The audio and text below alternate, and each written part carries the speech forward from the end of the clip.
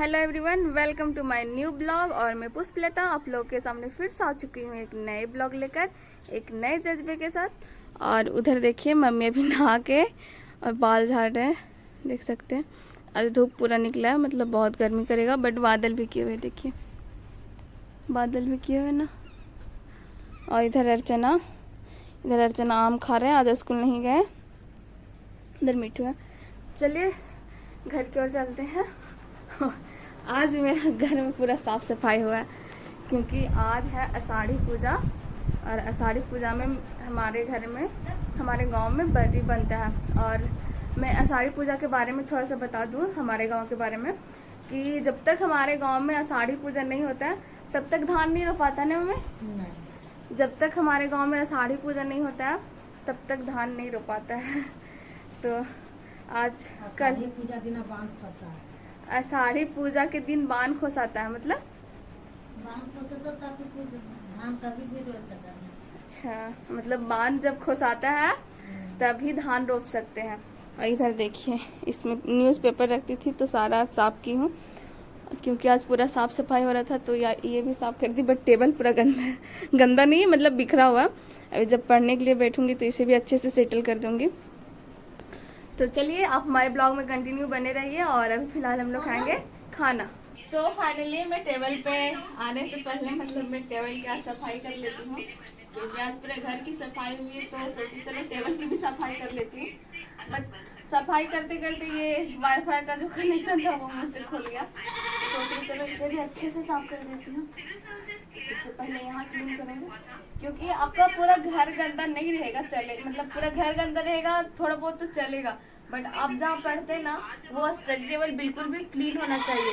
क्योंकि बोला जाता है ना कि जहाँ स्वच्छता रहेगी ना वहीं सब कुछ मतलब अच्छा रहेगा।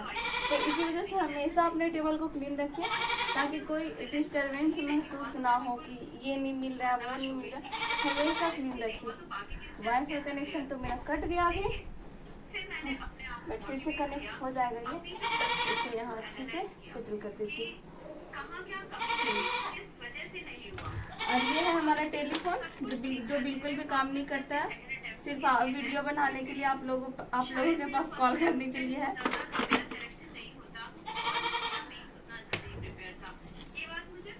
और साथ ही मैं क्या कर रही हूँ आपको दिखाती हूँ, वीडियो भी देख रही हूँ।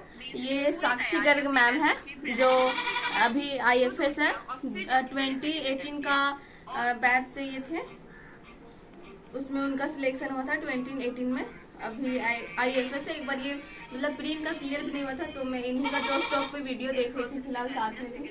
और ये सारा मैं भी क्लीन करूँगी। सो फाइनली मेरा टेबल रेडी है, देख सकते हैं आप। सुबह में आप देखे होंगे किस तरीके से लग रहा था, और अभी बिल्कुल मैं क्लीन कर दी हूँ। इधर देखिए वो साफ करने वाला है।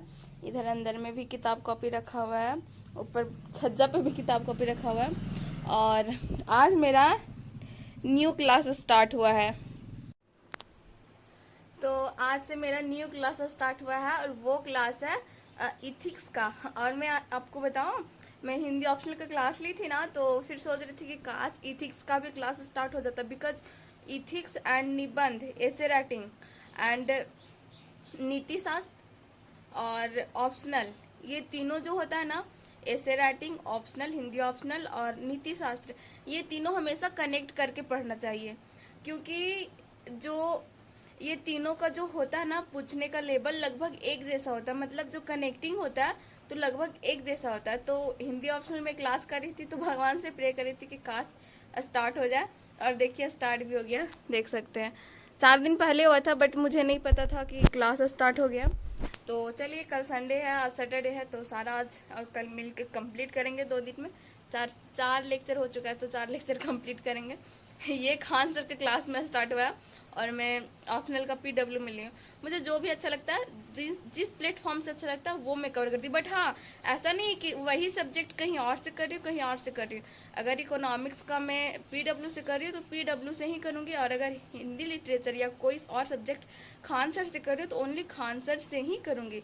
एक सब्जेक्ट एक क्लास। तो फाइनली यहाँ मेरा एक लेक्चर कंप्लीट होता है इथिक्स का, और फिलहाल मैं पढ़ रही थी इथिक्स क्या है।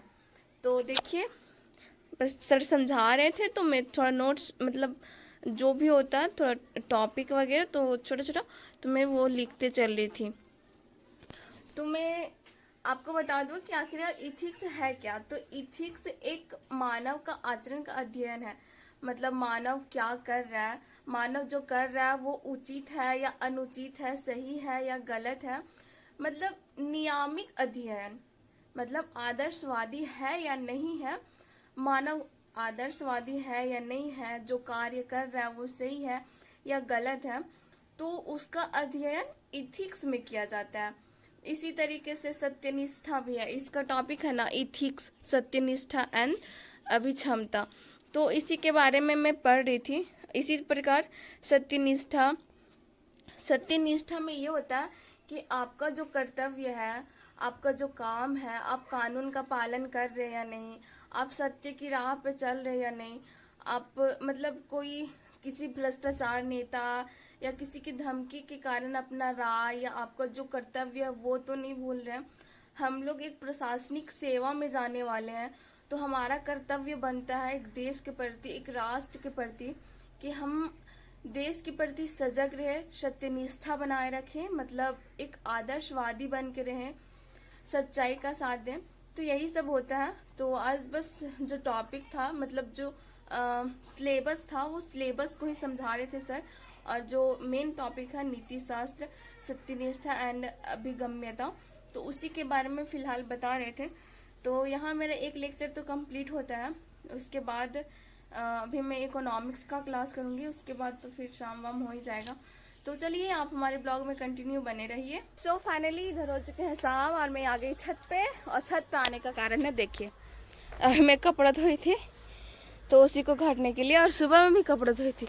आज मैं दिन भर कपड़े ही धो रही हूँ अभी तक 2 बार सुबह से कपड़ा धो चुकी हूँ। सुबह में धोई, फिर धोई, सुबह वाला तो सूख गया तो उसे अभी अर्चना उठा रहे हैं, देखिए। और अभी और कपड़ा भी जो मैं लाई हूँ नीचे से उसे मैं घाटूंगी। आज एक्चुअली आज काम बहुत था। आज घर में थोड़ा मतलब बरी वरी बनता है, चढ़ाया वगैरह जाता है देवता वगैरह पे, तो आज काम बहुत ज़्यादा था। तो इसी वजह से घर धोना ही हूँ, अंदर फंदर में बहुत टाइम चला गया। आज फिर से मुझे कपड़ा धोना है, धो चुकी हूँ। तो चलिए अभी मैं इसे घाटूंगी। कपड़ा तो घाट चुकी हूँ, एक कपड़ा उठा नहीं कि दूसरा कपड़ा यहाँ घटा गया। और उधर देखिए आज शाम का माहौल, बाप रे बहुत गर्मी है, बहुत बहुत ज़्यादा कल रात में छत पे सोई, बट छत पे भी इतना गर्मी कि फिर से मैं नीचे भाग गई ताकि पंखा का हवा ले सकूँ इतना सोए में थे, पसीना पूरा इधर इधर, मतलब पूरा शरीर में पूरा पसीना आ रहा था। मैं फिर से नीचे चल गई, मम्मी सब लोग कहाँ चली गई।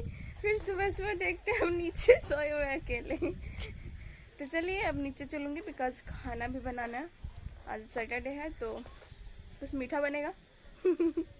फाइनली मैं अभी नीचे आ चुकी हूँ, और नीचे आने के बाद मैं मीठू को बाहर निकाली। तो बेचारा को आज पूरे दिन से अभी तक नहीं निकाली थी। पहले जब निकलता था ना सुबह सुबह निकाल देती थी, सीधे जाके किचन में घुसता था, बट आज किचन में नहीं घुसा। आज सुबह से मैं इसको नहीं ली थी तो सीधे आज मेरे पास ही आके बैठ गया है शांति से। इसको भी सुकून मिल रहा है यहाँ बैठ के, है ना मिठू।